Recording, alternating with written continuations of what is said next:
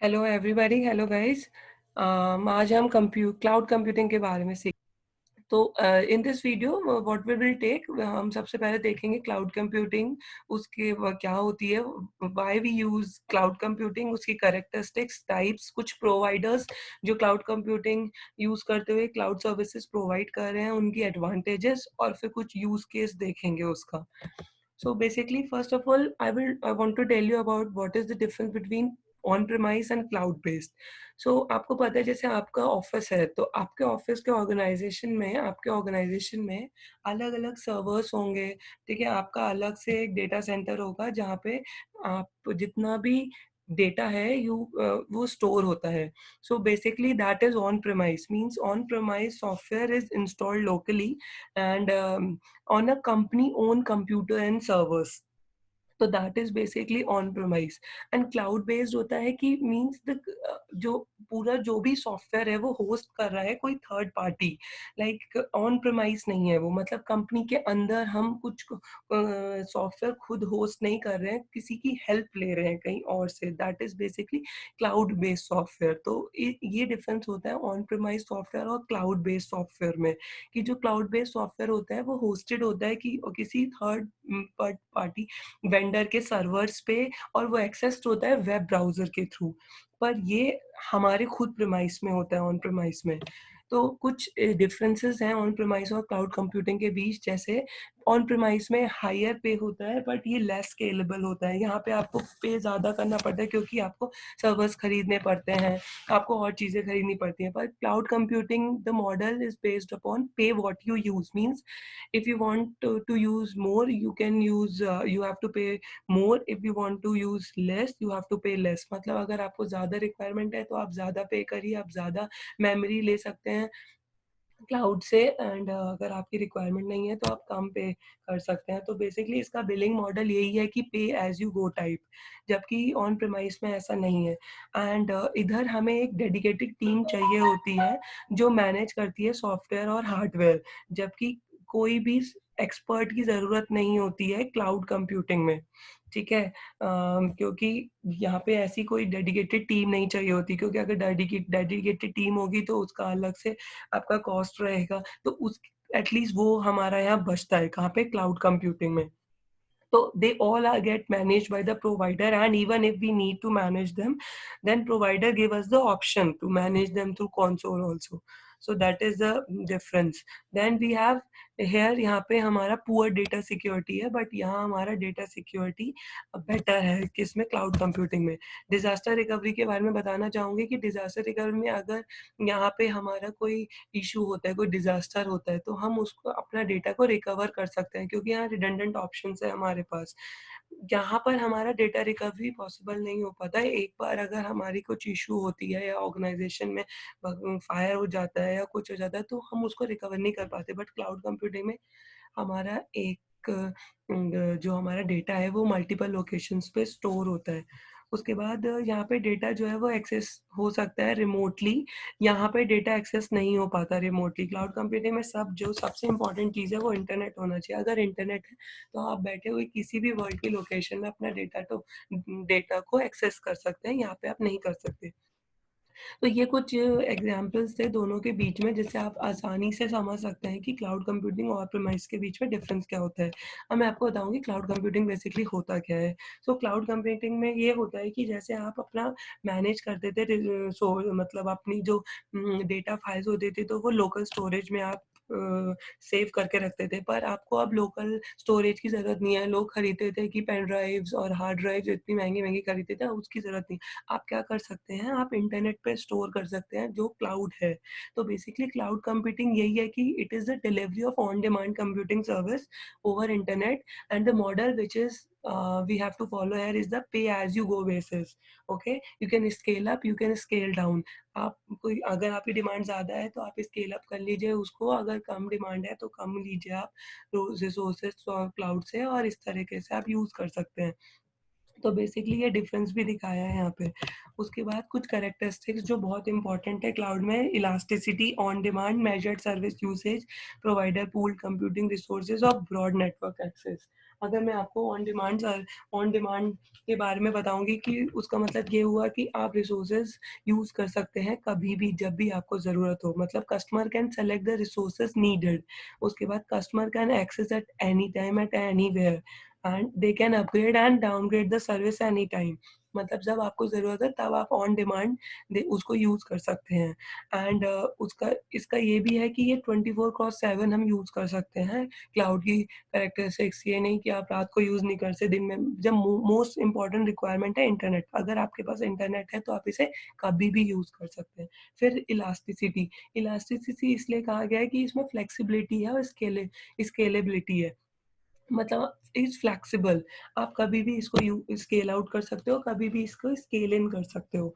मतलब scale out मतलब जब आपको न्यू सर्वर्स यूज़ करने हैं तो आप उसकी रिक्वायरमेंट को बढ़ा सकते हो, तो उसको स्केल आउट कहते हैं। स्केल इन जब आपकी रिक्वायरमेंट कम है तो आप कम कर सकते हो। इसके लिए मैं आपको एक बहुत अच्छा एग्ज़ाम्पल दूँगी, जैसे ई-कॉमर्स वेबसाइट, जैसे आप शॉपिंग करते हो, तो आप शॉपिंग करते हो अलग-अलग साइट से, जैसे मिंत्रा से, अमेज़न से। तो जब आप ज़्यादा शॉपिंग करते हो तो उनके पास ज़्यादा रिक्वायरमेंट आती है, तो उनके जो सर्वर्स होते हैं उन पे लोड ज़्यादा आता है, तो वो मतलब जो स्पेस होती है वो यूज़ हो जाती है, तो उनको उस वक़्त रिक्वायरमेंट उनकी ज़्यादा होती है। पर जब सेल कम होती है, मतलब आप शॉपिंग कम करते हो, उनकी सेल कम होती है, तो उनकी रिक्वायरमेंट कम होती है, तो they can use less server, तो that is your elasticity. Then we have measured service. Measured service का मतलब होता है पे एज़ यू गो बेसिस। मतलब जो फाइनेंशियल कंट्रोल है ओवर बिज़नेस पे, वो इसी के थ्रू ही होता है। How many servers you are using and in which location they are hosted, all this thing it comes under measured service usage. उसके बाद provider pool computing resources आती हैं।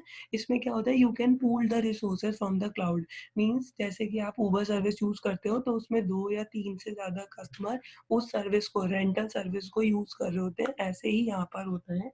यहाँ पे आप स्केल अप कर सकते हो, स्केल डाउन कर सकते हो अपने रिसोर्सेज को अकॉर्डिंगली। तो यहाँ पे ना मल्टी टेनेंसी का टॉपिक होता है, multi tenancy, it based on multi tenancy, okay.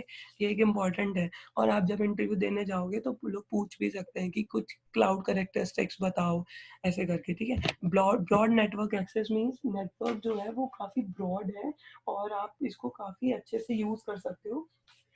जैसे कि मैं बताना चाहूँगी कि any network, any time, at any location you can use और इंटरनेट जो बैकबोन होता है।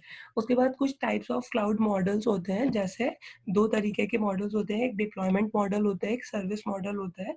डिप्लॉयमेंट मॉडल 3 तरीके के होते हैं, पब्लिक, क्लाउड और हाइब्रिड। और सर्विस मॉडल भी 3 तरीके के होते हैं, आईएस, पैस और सास। बहुत ही ईज़ी है, कोई भी इसको अच्छे से पढ़ सकता है। मतलब बेसिक्स तो आप आराम से इसको इस वीडियो को देखने के बाद समझ ही जाएँगे। अब मैं पब्लिक क्लाउड के पे आती हूँ। पब्लिक क्लाउड का मतलब, ओके, उसको समझाने से पहले मैं एक चीज़ और समझाना चाहूँगी। जैसे एक एग्ज़ाम्पल मैंने यहाँ पे दिया है कि पब्लिक, प्राइवेट और हाइब्रिड क्लाउड क्या होता है। पब्लिक क्लाउड को आप एक बस की तरह समझ सकते हो। जैसे बस होते हैं, बहुत सारे पैसेंजर्स यूज़ करते हैं and it is accessible to anyone, तो that is your public cloud. Private cloud क्या होता है, जैसे आपकी ओन कार की सिर्फ़ वो आप ही यूज़ करते हो, कोई और यूज़ नहीं करता, तो वो प्राइवेट क्लाउड होता है, ठीक है। एंड हाइब्रिड क्लाउड मतलब जैसे कि ओला या उबर टैक्सी की, मतलब मल्टीपल कस्टमर्स उस पूल्ड रिसोर्सेज को यूज़ कर रहे हैं, तो उसको बोलते हैं हम हाइब्रिड क्लाउड। तो आप इससे समझ ही गए होंगे कि इसका क्या मतलब है, फिर भी हम देख लेते हैं। जैसे कि हाइब्रिड, सबसे पहले पब्लिक क्लाउड। तो पब्लिक क्लाउड का मतलब होता है कि वो क्लाउड एनवायरनमेंट जो third party cloud vendor provide कर रहा है, और वो that is basically enabled the availability of resources, जैसे एप्लीकेशन जो virtual machine, general public over the internet, तो that is your public cloud. तो पब्लिक क्लाउड में बहुत सारे ऐसे प्रोवाइडर्स हैं जो पब्लिक क्लाउड हमें प्रोवाइड कर रहे हैं, जैसे Amazon, AWS, Google, Azure, IBM, तो ये सारे पब्लिक क्लाउड के अंदर आते हैं, ओके। देन कुछ एग्जांपल्स हैं, जैसे cloud storage service, online software applications और क्लाउड होस्टिंग, ये सब के सब पब्लिक क्लाउड में आते हैं। पब्लिक क्लाउड मतलब हम कोई भी यूज़ कर सकता है उसे, ओके। ऐसा नहीं है कि वो किसी एक को ही पर्टिकुलर स्पेसिफाई है। उसके बाद प्राइवेट क्लाउड का मतलब यही होता है कि किसी एक को, मतलब कि किसी एक पर्टिकुलर ऑर्गेनाइजेशन को ही एक्सेस है, that is your private cloud. वो ज़्यादा सिक्योर होता है क्योंकि कोई और यूज़ नहीं कर रहा होता उसको। तो इसमें कुछ एग्जांपल्स हैं जो प्रोवाइडर यूज़ कर रहे हैं इसे, जैसे AWS, VMware, ये प्राइवेट क्लाउड फैसिलिटी हमें प्रोवाइड कर रहे हैं। इसके बहुत अच्छे बेनिफिट्स हैं, जैसे हायर सिक्योरिटी और प्राइवेसी होता है, लीगल कंप्लायंस होता है, बेटर कंट्रोल है। तो ये बेसिकली प्राइवेट क्लाउड है। उसके बाद हाइब्रिड क्लाउड है। हाइब्रिड क्लाउड में दोनों का कॉम्बिनेशन होता है, both like private also and public also, and the organizations basically use those organizations basically use this type of cloud, means hybrid cloud, uh, which are having the data which is critical also and non-critical also. So basically they take these services, because for the critical data they take the public facility, and for the non-critical data they take the private facility. Okay, so that is basically the difference between both the things. Okay, so now we will learn about the service models. So service model, there we have three types of service model: infrastructure as a service, platform as a service, or software as a service. So this is used for host, this is used for build, and this is used for consume. So we have three models. Infrastructure as a service में क्या होता है कि जैसे आपके computing infrastructure आपको मिला होता है, जैसे वर्चुअल मशीन्स आपको यूज़ करनी हो, load balancer, IP addresses, virtual network, तो ये सारी चीज़ें अगर आपको यूज़ करनी होती है तो इंफ्रास्ट्रक्चर एज़ अ सर्विस हम यूज़ करते हैं। कुछ एग्जांपल्स हैं जैसे एज़्योर, अमेज़न रैक स्पेस, ये सारे आईएएस की फैसिलिटी प्रोवाइड करते हैं। अब मैं प्लेटफ़ॉर्म एज़ अ सर्विस की बात करूँगी। प्लेटफ़ॉर्म एज़ अ सर्विस मतलब जो डेवलपर्स होते हैं बेसिकली, जिन्हें सॉफ्टवेयर बनाना होता है, वो यूज़ करते हैं इसे। तो इसमें हमें प्रोग्रामिंग लैंग्वेजेस का एग्जीक्यूशन आराम से, डेटाबेस, वेब सर्विस सब अच्छे से मिल जाता है। तो इसके कुछ एग्जांपल हैं जैसे इलास्टिक बीमस्टॉक, विंडोज़, एज़्योर, हेरोकू, ये सारे platform as a service provide करते हैं। और फिर लास्ट में हमारा सॉफ्टवेयर एज़ अ सर्विस है। इसका बहुत ही अच्छा एग्जाम्पल जो आप सभी लोग यूज़ करते हैं, जैसे माइक्रोसॉफ्ट ऑफिस 365, या फिर आप गूगल यूज़ करते हैं। गूगल में आपकी बहुत सारी एप्लीकेशन आप यूज़ करते हैं, आप ड्राइव यूज़ करते हो, आप प्ले स्टोर यूज़ करते हो, आप जीमेल यूज़ करते हो। तो ये मेरा मतलब है कि ये पूरा का पूरा आपको एक सॉफ्टवेयर मिला हुआ है और आप यूज़ कर रहे हो, आपको उसमें कुछ नहीं करना। जैसे आईएएस और पैस में यूज़ करते हैं, उसमें कुछ नहीं करना। आपको सैस में कुछ नहीं करना, सिर्फ यूज़ करना है सर्विसेज़।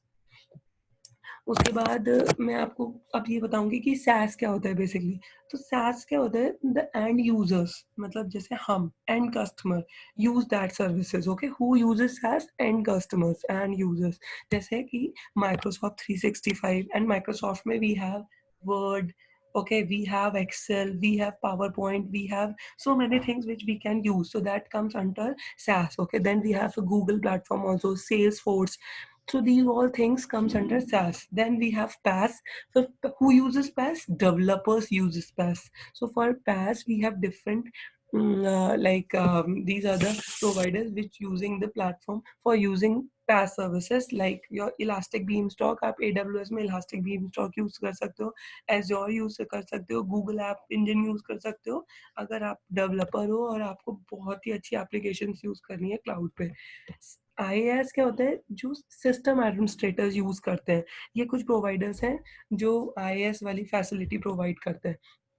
अब मैंने इस वाली प्रेज़ेंटेशन में कुछ प्रोवाइडर्स रखे हैं जो क्लाउड सर्विसेज प्रोवाइड कर रहे हैं। आप क्या करना, इस प्रेज़ेंटेशन के बाद एक-एक करके इन प्रोवाइडर्स को गूगल करिए और सिंपल आप देखिए कि ये किस-किस तरह की सर्विसेज प्रोवाइड कर रहे हैं। इस वीडियो के बाद आपको आसानी से पता चल जाएगा कि ठीक है यार, क्लाउड कंप्यूटिंग क्या होता है? कुछ नहीं, कि हमारे जितने भी सर्विसेज़ हैं, जो हम इंफ्रास्ट्रक्चर अलग से बनाते थे, अब वो हम क्लाउड पे हैं, वो वर्चुअलाइज़्ड हैं। ऐसा नहीं है कि वो टोटल वर्चुअलाइज़ है, उनका भी डेटा सेंटर्स होते हैं, पर हर जगह नहीं, अलग-अलग लोकेशंस पे डेटा सेंटर्स होते हैं। पर वो बहुत ही ईज़ी है हमें यूज़ करना, क्योंकि हम कभी भी उसको, अगर हमारे पास इंटरनेट है तो हम उसको यूज़ कर सकते हैं, बस वो पे एज़ यू गो मॉडल पे होता है।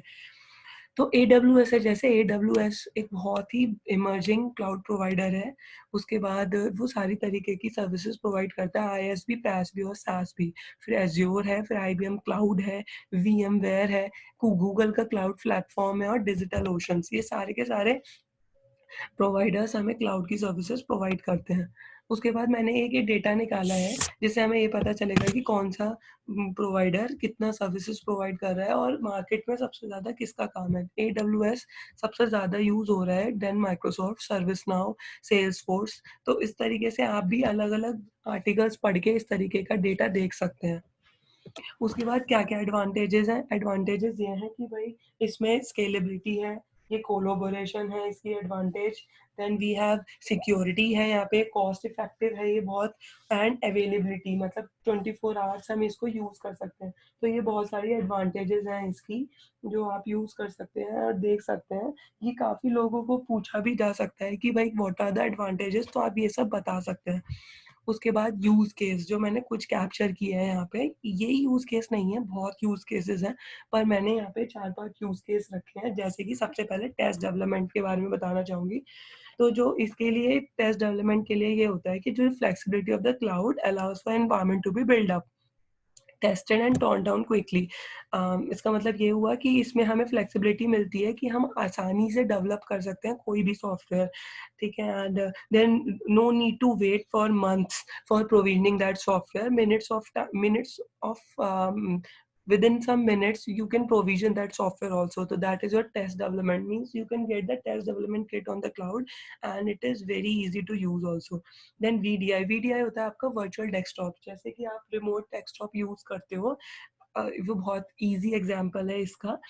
तो like with the mobile work, जैसे कि हमारा मोबाइल वर्कफोर्स होता है, जो एम्प्लॉयज होते हैं हमारे, वो एक जगह नहीं रहते, वो भी एक से दूसरी जगह जाते रहते हैं। तो for that they have to use virtual desktops. तो this is very easy and this is one of the use case, virtual desktop for using the cloud computing. Okay, so because they help us when there is disaster, because they are hosted in the cloud and we can easily access from any device.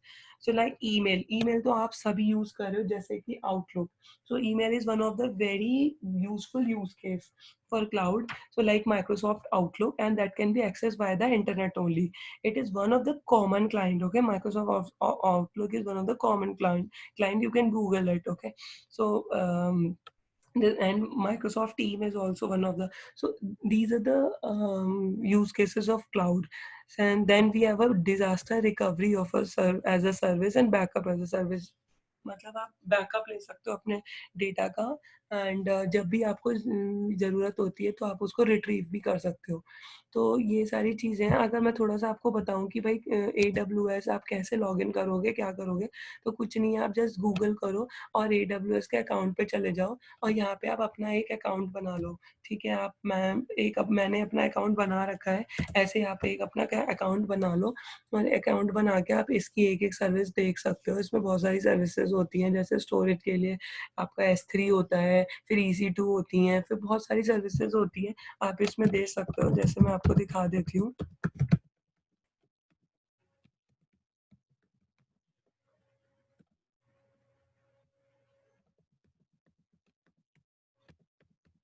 ये ज़रूरी नहीं है कि आपको AWS का certification करना है तो आपको सब आना चाहिए, इसकी ज़रूरत नहीं है। आपको कुछ-कुछ सर्विसेज़ पता होनी चाहिए।